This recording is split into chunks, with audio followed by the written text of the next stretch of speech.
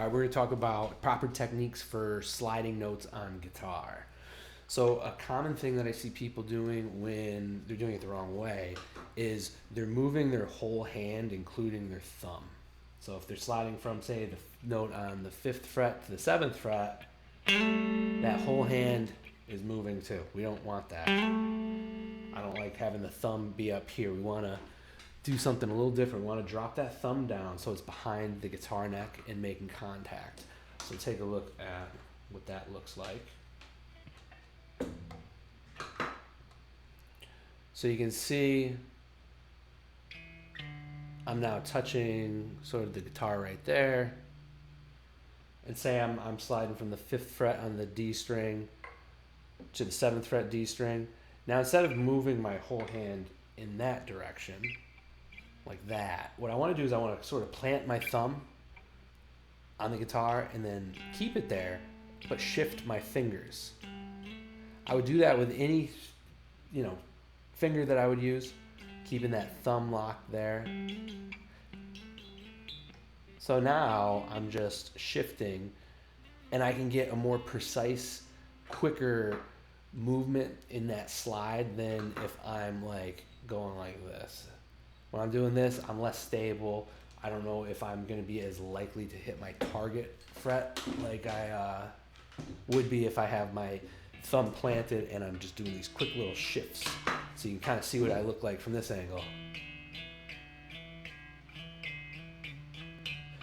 So that's the biggest thing with these slides is you can kind of see my thumb behind it.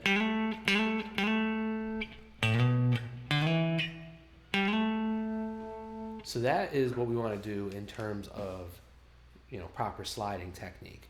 Let's take a look at some exercises that we can do to work on this technique. And the thing is, when I'm sliding, you want to work on just being accurate at getting to wherever fret you're aiming for. So that's a big thing first, and getting there kind of sharply. You can go at different speeds to get there. Real slow, maybe moderately, or real quickly.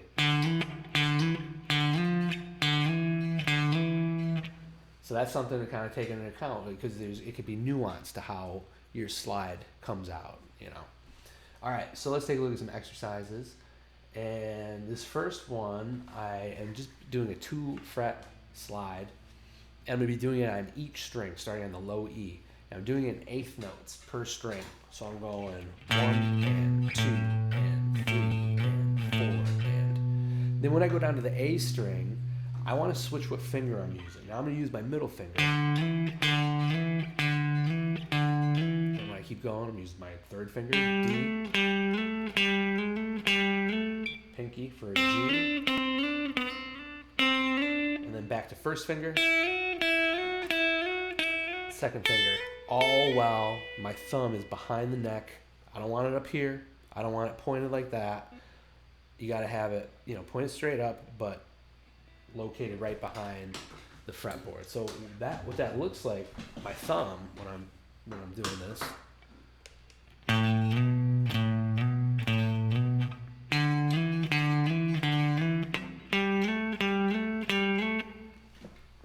All right. So that is a better idea on the technique.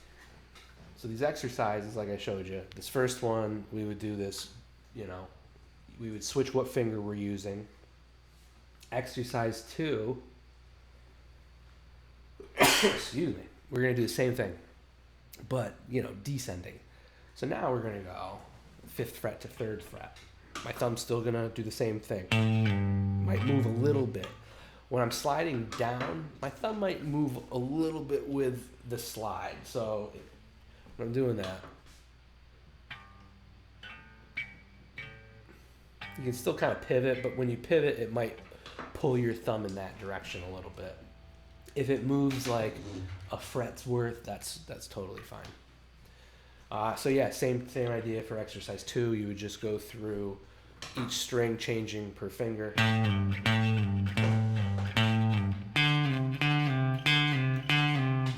And so on.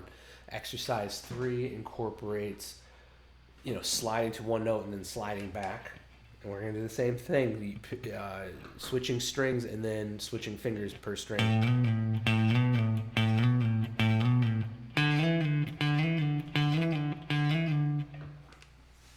I have other exercises where we slide through a major scale. And